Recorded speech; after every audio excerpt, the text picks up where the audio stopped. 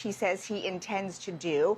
And he said, so, tomorrow I'm going to go do my, quote, little thing and have, the judge able to play with his, quote, political opponent. So he's really trying to say it's no big deal that he's going to sit through this proceeding and there's not going to be any penalty. But I thought what was really telling, Errol, was the fact that he said he would appeal because even though he doesn't have to face any practical consequences, he used the word psychologically he wanted to appeal, which is his intention. And also, I think the actions here speak much louder than his words. The fact that he did issue 2 emergency motions, not only to the Supreme Court, but to the New York Court of Appeals to try to block exactly what is unfolding right now. Because even though he doesn't have to serve prison time or pay fines or go on probation, this is now cementing his criminal record. It is now cementing his status as a convicted felon, which, of course, he does not want. So even though he is trying to brush this off in his Trumpian way, this is a big deal, and the Trump team realizes that because he is making history as the first convicted felon who is a president of the United States. And so I don't know exactly how much interaction the president-elect will have during these proceedings, how much he can say. But certainly this is going to hang over him just 10 days, Errol, before his inauguration. Yeah, Weijia, it really is remarkable. We understand President-elect Trump does have the opportunity to make remarks. It does not seem as if he has said anything just yet. Again, our team is inside the courtroom typing out information to us in real time. Weijia, what you've just laid out is factually accurate. He'll be the first president convicted of a felony and now serving a sentence, no matter how soft it may be.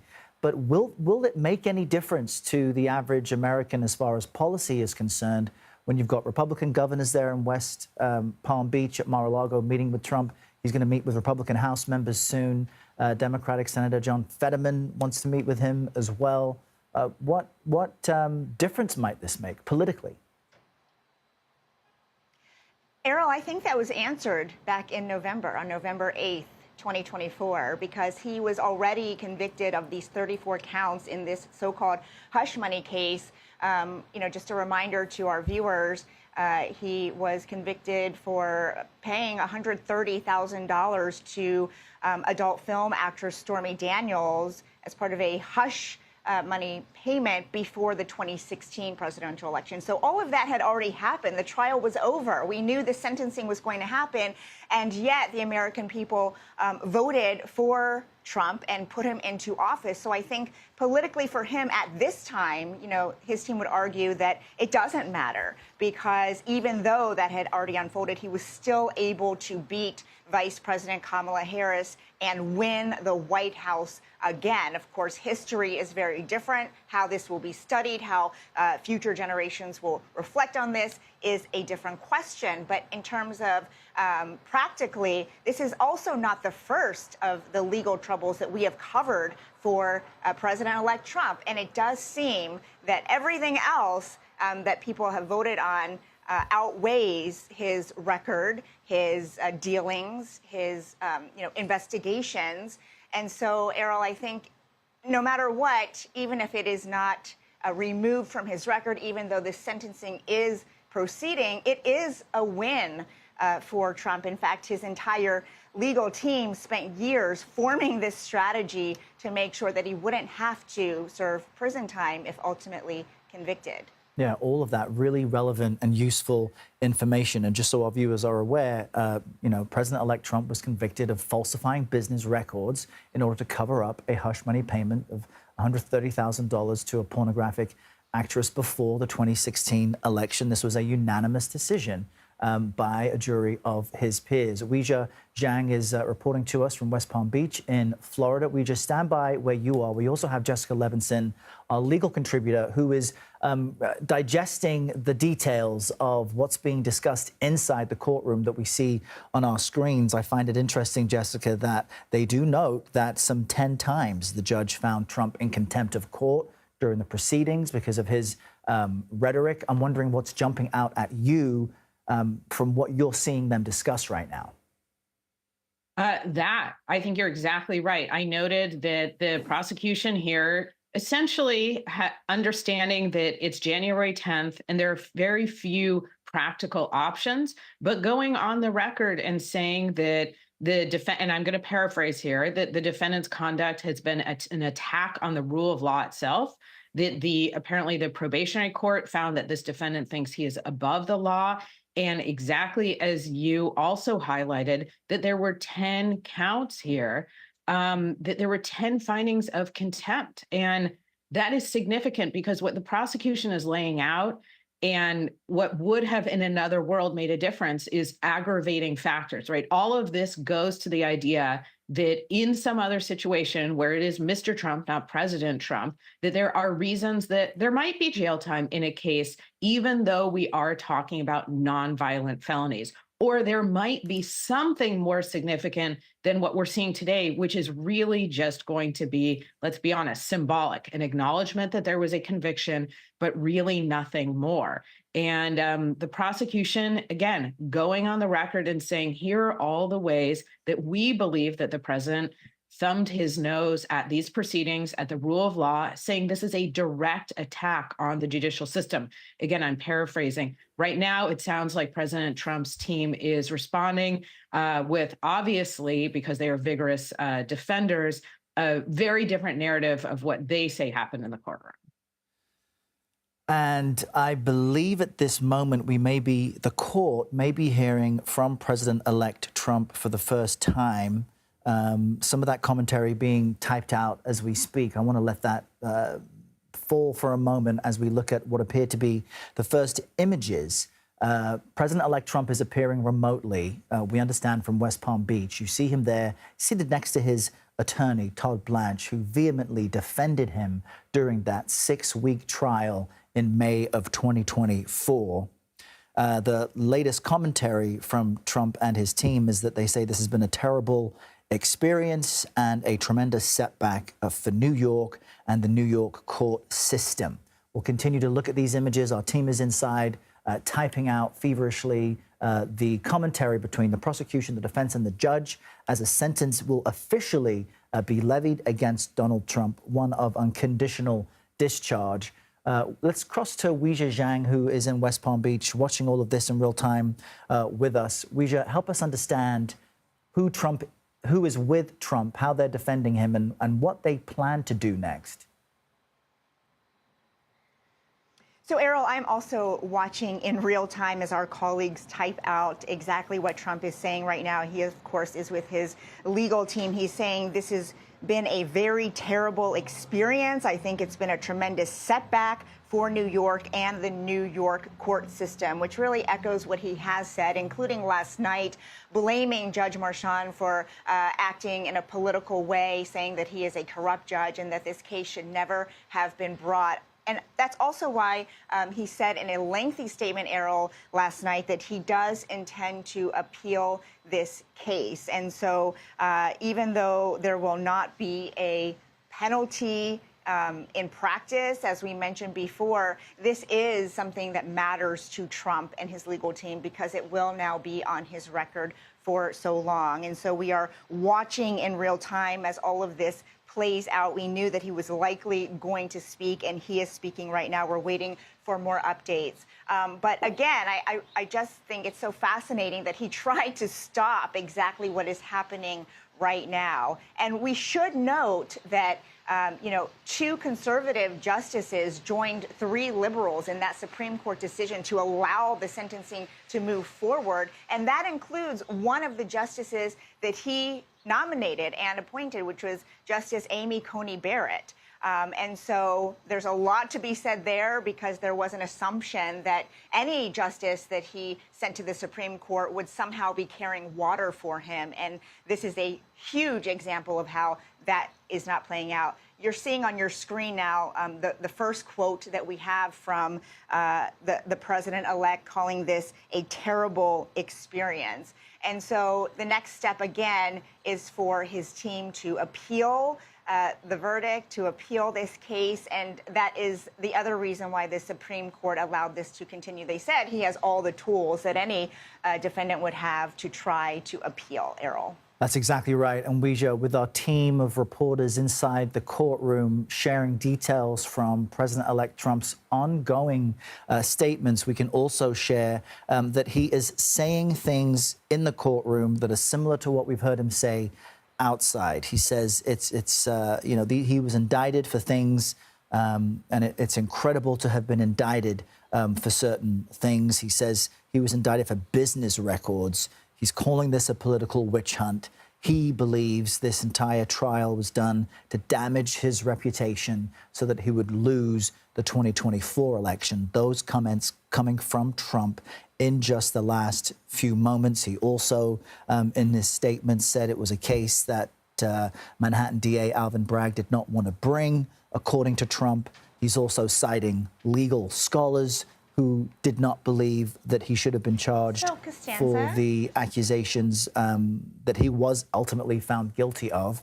And he's citing so-called experts like Jonathan Turley and people who have appeared on news networks, including Alan Dershowitz. This is unfolding in real time. President-elect Donald Trump appearing virtually in a New York courthouse as he is facing sentencing after being found guilty on 34 criminal counts of falsifying business records in May of 2024. I'm Errol Barnett at the CBS Broadcast Center in New York. Weija Zhang has been giving us an update from West Palm Beach, and Jessica Levinson, our legal contributor, has been helping us understand what this all means as well. And we understand that as soon as an audio recording of what's unfolding in the courthouse is made available, we will bring that to you live. No matter how you slice it, this is a historic day in the United States, having never before seen a president-elect in such a circumstance, a former president and someone who now is at the head of the Republican Party. His party will have majorities in Congress and will shape American policy for the next 4 years at least. A remarkable moment that Donald Trump, not just a convicted felon, but in the next few moments will be facing sentencing.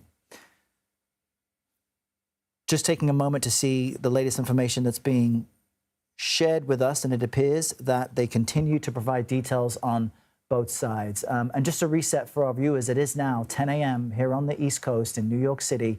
I'm Errol Barnett at the CBS Broadcast Center bringing you this breaking news. President-elect Donald Trump now facing sentencing for his criminal trial in New York City. He's appearing virtually. You see those images on your screen alongside his lawyer, Todd Blanche. And Trump has repeated some of the things that he's had said privately, that this is a witch hunt and that he shouldn't have faced these charges in the first place. He does intend to appeal. That does it for me for now. My colleague Vladimir Duthier continues our coverage. Errol, thank you very much, my friend. Appreciate it. As you all have been following right along with Errol, President-elect Donald Trump is being sentenced in his New York criminal conviction. Last night, the Supreme Court refused to stop the sentencing. Judge Juan Merchan has already signaled that Trump will not face jail time or probation. Regardless of the outcome, the president-elect will become the first president convicted of a felony. I want to bring in Jessica Levinson for more on this. She's a CBS News legal contributor and a professor at Loyola Law School. Jessica, what do we expect? I mean, given that there will be no penalties, what do you expect to hear from the judge? Maybe an explanation again of why there will be no penalties. And let's be honest that President Trump's legal team has been incredibly successful in pushing the sentencing to this point. They, of course, did request the delay and pushing it to the point where it is not practicable to have any sentence other than what we're going to see here, which is an unconditional release. Vlad, you know this. This is the proverbial slap on the wrist. It is symbolic. It is an acknowledgement that there was a conviction, and it is essentially no more. Unconditional means that. No conditions, no strings attached. The president will not have to obviously serve any jail time, check in with a probationary officer. And what we can expect is essentially for the judge to say, I heard the prosecution, I heard the defense. Here is why I'm handing down this particular sentence. Some judges like to give their reasoning from the bench more than others. Given the historic moment, it will be interesting to see how much of his reasoning Judge Merchan wants to provide to all of us. And just, I guess the question for a lot of people, Jessica, will be, what could that reasoning possibly be? Is it a political one? Is it a legal one? What do you think? Well, I think it's an acknowledgement of reality. And maybe there's a better way of phrasing that, but it's an acknowledgement that this defendant is about to occupy the Oval Office, is about to be the head of the executive branch. It's January 10th. The inauguration is January 20th. And we are here for a variety of different reasons. But the idea that you could put the president behind bars, the idea that you could put any sort of serious conditions on the head of the executive branch, I think raises some significant practical and legal questions. President Trump's legal team has brought the legal theory that this sentencing alone could interfere with the president's ability to take care to faithfully execute the laws. That's the language from the Constitution, as you know, Vlad. So anything more than this symbolic sentence, and I think you have a more significant argument that there would be potentially some interference with the president's ability to do his job. Vlad, I know you know this, when it comes to questions of presidential immunity, we do wrap a bubble around the president. And I'm not just talking about the Supreme Court decision from last term. I'm talking about all the way back to the Nixon administration, where there's an acknowledgement that, yes, no person is above the law, but actually the president of the United States, we need to essentially protectively bubble wrap them so they can do what they need to do. And I think that's what part of what we might hear from the judge today. Yeah, so that's an interesting question, because I was thinking as I was listening to you that would this mean that there is a legal precedent for someone else, an ordinary American citizen who has been convicted of a crime, to right now there are restrictions in some states on who can do what when you have a criminal conviction on your record? They range from employment to a variety of different things that you cannot do if you have a criminal record. I wonder if there's a way to use a legal to make a legal argument that if the president of the United States, which, by the way, the founding fathers, as you know, wanted the presidency. The president is the commander in chief is a civilian. In other words, he is an ordinary citizen, yes, tasked with enormous power, but still a citizen, not a military leader, not a monarch. So I wonder if there's a way to suggest that if I have a criminal record for something, that I should use what the precedent is being set here with President-elect Trump. If I ever find myself on the wrong side of the law, I think I want you as my attorney, because I love the idea that we could potentially use this as an argument for other people. What I would say is, as somebody who teaches all those presidential immunity and all the executive privilege cases, I think this really is confined to the president. It doesn't mean that smart lawyers won't try and make the argument that you have laid out today. It means that when it comes to all of those other people who cannot do things, who restrictions are put on them by virtue of the convictions, we're basically okay with that. You're exactly right that there was a fear when it came to the founding fathers of giving the president, and frankly, anyone else, too much power, right? That's why we have three branches. That's why in other Western democracies, there's two branches. We disperse power because we feared the concentration of power.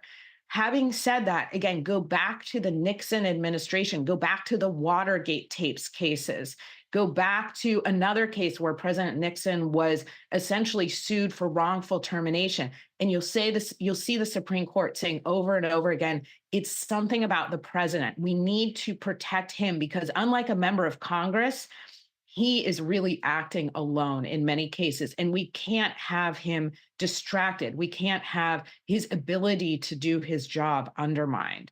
So that's ultimately where I would come down on the constitutional question that you raise. Yeah, it's an interesting one. And the judge just now, Jessica, while you were speaking, has said this, and I'm quoting here, it is the legal protections afforded to the office of the President of the United States that are extraordinary, not the occupant of the office. So break that. It's essentially what Judge Merchan is saying is sort of what you just broke down for us.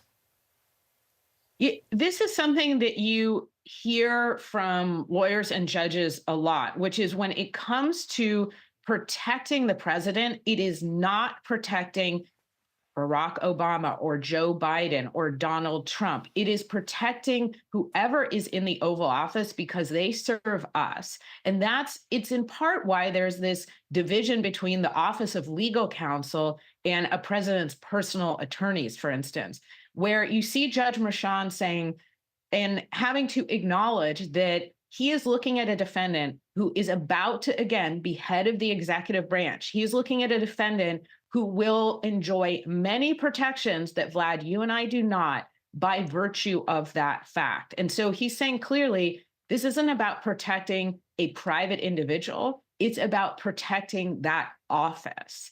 And it is a clear and, I think, important statement from the judge. So, Jessica, just stand by. We're going to continue our discussion, but we expect a CBS News special report will take place because the judge has just wrapped up, Jessica. And so I may end up cutting you off, or I may end up cutting myself off once that special report comes to air.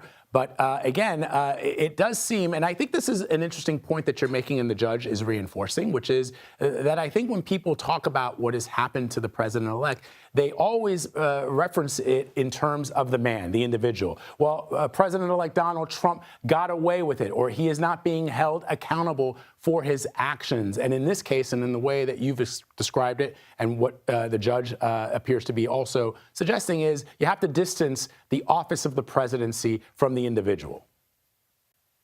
Well, that's right. And I mean, this is a situation where I was just struck by the fact that if you listen to the prosecution and then listen to the defense and the very different narratives that they tell about this case, that's essentially how we see a lot of things in America in 2025 now.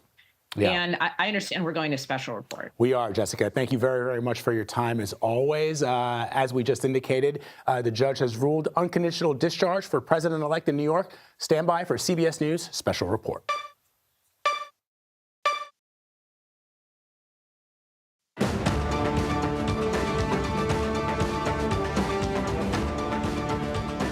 This is a CBS News special report. I'm Norah O'Donnell, and we are coming on the air as President-elect Donald Trump is sentenced in the so-called hush money case. The judge just sentenced Trump to an additional discharge for his 34 felonies unanimously decided by a New York jury. And it's an unconditional discharge, to be clear. Trump spoke virtually from his Mar-a-Lago resort saying, quote, "This has been a very terrible experience. I think it has been a tremendous setback for New York and the New York court system." He later added, "The fact is, I'm totally innocent. I did nothing wrong." Now, just as a reminder, the president-elect was convicted in May of last year on charges related to payments to adult film actress Stormy Daniels. That was all up in the lead up to the 2016 election.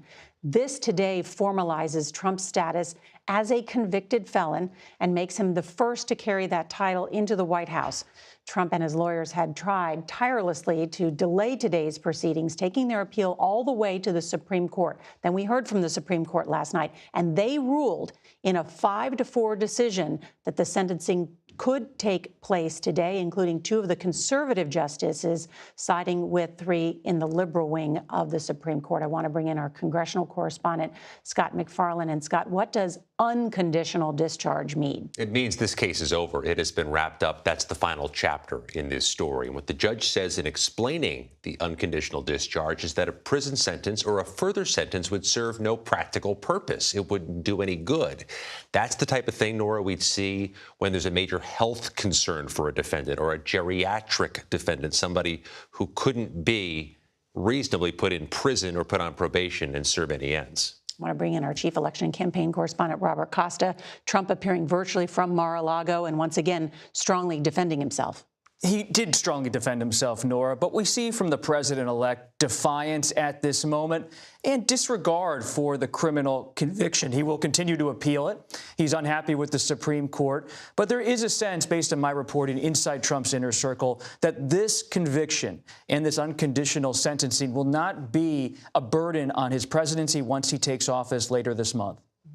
I I bring in CBS News legal contributor and criminal defense attorney Caroline Polisi. She is with us. And Caroline, I just want to point out what the prosecutor said heading into this. His name is Joshua Steinglass. He blasted Trump before this sentencing, saying that rather than expressing any remorse for his criminal acts, that Trump has spread disdain for our institutions and the rule of the law. He said the defendant has caused enduring damage to public perception of the criminal justice system and placed officers of the court in harm's way. The president's attorney responding, I very, very much disagree. So, Caroline, I do want to ask you, what does this mean, though, in terms of the legal precedent, if any, that it sets?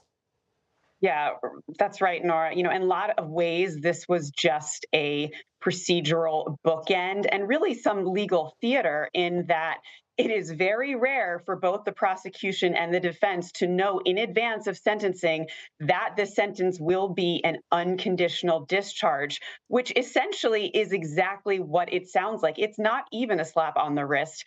There is no jail time, obviously, but no fines, no conditions, no restitution, no, community service, even nothing being imposed here. And so really you saw the prosecutor Steinglass just getting on the record Trump's disdain for the rule of law. But, we talk a lot about whether or not Trump is above the law. And I think today really solidified the fact that he is, in that the Supreme Court enshrined this idea of presidential immunity.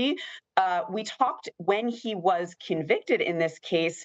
We were debating whether or not jail time would be imposed, but I don't think anybody thought that there would be this unconditional discharge after he was elected. All of a sudden, this is what is happening. And so, as noted, this case is not over. He will continue to exercise his appellate rights. Caroline, I have to ask you because Judge Merchan, in issuing that unconditional discharge, said he does that because he has to do it without encroaching on the highest post in the land. Does that negate at all that the president-elect now becomes the only president to have been sentenced on criminal charges? Yeah, look, it's a huge deal symbolically. This was a win for the Manhattan DA's office, but in a lot of senses, it was a Pyrrhic victory. Look, one hallmark of the criminal justice system is retribution, and that was not done here. However, for now, at least, his conviction is sort of enshrined procedurally. He will remain a convicted felon while in office. There's, nothing that bars him from holding office while being a convicted felon. And again, I think, the headline that SCOTUS refused to stop this proceeding today, the lead there really is that it was a 5-4 decision. And they indicated that these issues, these evidentiary issues regarding potential presidential immunity could and potentially would be taken up on appeal. So signaling there that, they were open potentially to the fact of reviewing this case and certainly could get back to the Supreme Court. That's a really interesting and important point. Caroline, I want to bring in CBS's Katrina Kaufman. She has followed this trial in its entirety. She was inside the courthouse today. Now she's outside the courthouse for us. And give us some of the color of what we saw inside. Nora, it's great to join you. It was such a unique experience in there because the courtroom was filled with all of the familiar faces of the court reporters, of the sketch artists, but Trump and his attorney, Todd Blanche, were presented on a screen to us. One of his attorneys, Emil Bovee, was in the courtroom, but this was an allowance that they made for Donald Trump, also to lessen the burden of the sentencing on him. It played a role in the Supreme Court, even allowing this to move forward. It was also remarkable to hear Trump speak on his own behalf, but in such a different way than you would normally hear a defendant speak at his own criminal trial. Usually that's to express remorse, to try to explain their actions. Trump sat there and really just defended himself, continued to proclaim his innocence and the injustice of this trial. Katrina Kaufman, thank you. And Robert Costa, this is still a truly unprecedented, historic-making moment because the president-elect is going to be inaugurated just 10 days from now. And even though it was virtual, he was in a courtroom today. So while this procedure today can seem like a bit of a whimper, not a bang, legally speaking, historically, it is so notable. Just think, Nora, months ago, I was speaking with you. I was at the courtroom when then former President Trump was sentenced in New York in late May. He was at his political bottom. He looked like he was not going to win the presidency. People inside the Republican Party said we now have a convict who's going to be our nominee at the convention. It looked bleaker than ever for Trump. Now here we are in January 2025. Scott has done such great work on the January 6th investigations at the federal level. That has fallen away for the most part, not moving forward with prosecution. Same when it comes to classified records. And Trump, instead of losing the election in the wake of a conviction, is now the president-elect of the United States, has declared he has a mandate and has Republican majorities on Capitol Hill. Such a turnaround in American history in less than a year.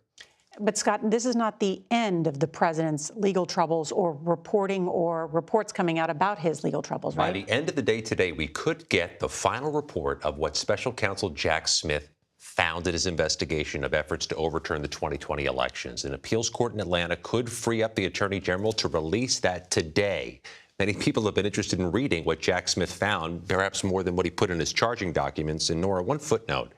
The defense attorney for Donald Trump today in that virtual hearing was Todd Blanche. That is going to be Donald Trump's nominee to be the #2 official at the Justice Department beginning this year. And that is a very crucial post at the Attorney General's office and in the Justice Department. Thank you, Robert Costa, Scott McFarlane, also to Caroline Polisi and Katrina Kaufman. Our coverage will continue on CBS News 24/7, your local news, and then tonight on the CBS Evening News. This has been a CBS News Special Report. I'm Nora O'Donnell.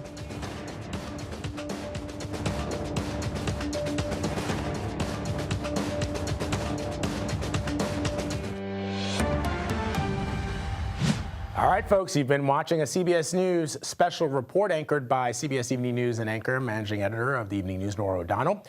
If you're just joining us, Judge Juan Merchan has ruled an unconditional discharge in the New York hush money criminal trial of President-elect Donald Trump. I want to bring in Jessica Levinson for more on this. She's a CBS News legal contributor and a professor at Loyola Law School. So, Jessica, the judge said it is the legal protections afforded to the office of the president that are extraordinary, not the occupant of the office. Your take on what we just saw in New York City? I think what we just saw is a judge acknowledging reality, that he is not facing any criminal defendant or a convicted criminal. In fact, he is facing the former and, more importantly, future president of the United States. And Vlad, as we've been talking about, that is a person who, by virtue of the office that they inhabit, not by virtue of who they are, but by virtue of their job, they enjoy protections. They enjoy protections from being sued civilly for official conduct. They enjoy protections from criminal liability for criminal liability for official conduct.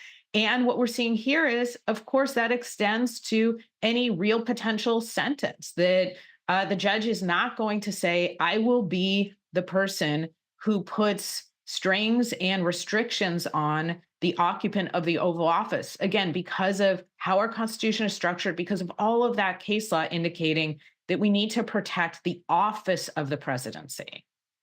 So, Jessica, stand by. I want to bring in CBS News senior White House correspondent Weijia Jiang. She's in West Palm Beach. I know this just happened, Weijia, but are you hearing any indication that we will expect to hear from the president-elect today on what just transpired in a New York City courtroom? Vlad, you're right that it just wrapped up, and we did hear from Trump inside that proceeding. As for whether he'll make remarks today, you just never know when you're talking about Trump, and he could very well feel like adding more to what he said inside the courtroom, because we know this has been hanging over him. In fact, he made remarks about it last night, trying to downplay the sentencing, saying that he actually agreed with the Supreme Court's decision not to block the sentencing because he says the justices mentioned that he could appeal, which is exactly what he plans to do. But he also said that, he's going to go and do his, quote, little thing today, meaning show up during the proceeding, and that his political opponent, Marchand in this case, the judge, would be able to have, quote, fun with him. And so he tried to brush it off in his words, Vlad, but his actions, of course, spoke much louder because he did try to stop this sentencing from happening, because even though he doesn't have to pay a penalty, this does now solidify him as a convicted felon. This will now be part of his criminal record forever. And so when he talked about appealing, he said he would do it. And he said that even though he doesn't have to pay any consequences or penalties, he's doing it, quote, psychologically, Vlad. So it's really interesting that he spoke about this last night and used that word to describe why he is going to contest this, because he knows in his mind that he is a convict. And so, as to answer your original question, I wouldn't be surprised at all if we did hear more from President-elect Trump today here in West Palm Beach. All right, Weijia Jiang for us, reporting from West Palm Beach. Thank you, Weijia, as always. We appreciate you. Let's bring in CBS News political reporter and attorney Katrina Kaufman, who's joining me now from outside that courthouse in New York City. You were sitting in the courtroom, Katrina. Give us some color. What'd you see? What'd you hear? Hi, Vlad. Great to be with you. It was a very different atmosphere in that courtroom today. You could almost feel how much more relaxed it was without the anticipation of Trump's arrival. But there were still all of the courtroom reporters there, the sketch artists. There was the usual photography spray, but this time they were shooting the screen with Trump and his attorney, Todd Blanche, on it. As you can see in that photo, they were sitting with American flags behind them. And Trump only seemed semi-interested during all this. He was looking down quite a bit, but then, really perked up when he heard the prosecution talking about the charges against him. And there really just was a gravity, though, to hearing Justice Marchand proclaim this sentence and also really imply that he would have wanted to impose a harsher sentence on Donald Trump if it wasn't for the strictures of the presidency, the office that Marchand said Trump is about to occupy. But he really emphasized that what's extraordinary is the protections that are afforded that office, not the occupant, he said. Yeah. And so the question, of course, going forward is just sort of what this will mean larger, a bigger picture, Katrina, as an attorney, the idea that a president of the United States is now also a convicted felon. I know that we've normalized the president-elect over the course of the last 8 years, but this is really extraordinary.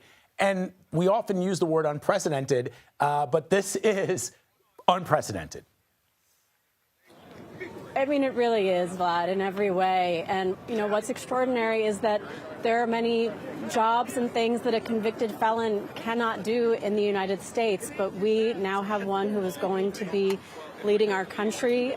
Even though a jury verdict had come in from this trial with these 34 counts finding Trump guilty, the American people still decided to elect him president. And what this sentencing does is it's a note of finality, branding him as a convicted felon just 10 days before inauguration. All right, Katrina Kaufman, we appreciate you as always, my friend. Jessica Levinson, Weijia Jiang, all of you who've been contributing to our coverage of this extraordinary day in a New York City courtroom. Thank you all very much. I want to let our viewers know that we're also going to be getting audio from the courtroom soon, and we're going to bring that to you as soon as it comes in. Meanwhile, some other news to get to, including the stories that we've been following all day. This will include analysis on America Decides and the Daily Report, which you can catch now on Fridays. Did you know that, Ryan? I did. You can find it on Fridays now. Easy. America Decides is on at 5 p.m. Eastern, and the Daily Report starts at 6 Eastern. Okay, back to the news that we've been tracking all week, the apocalyptic scenes coming to us from Los Angeles as residents survey the damage left behind from several wildfires. But the threat is far from over as crews still struggle to contain the flames. We are live on the ground. You're streaming CBS News 24/7.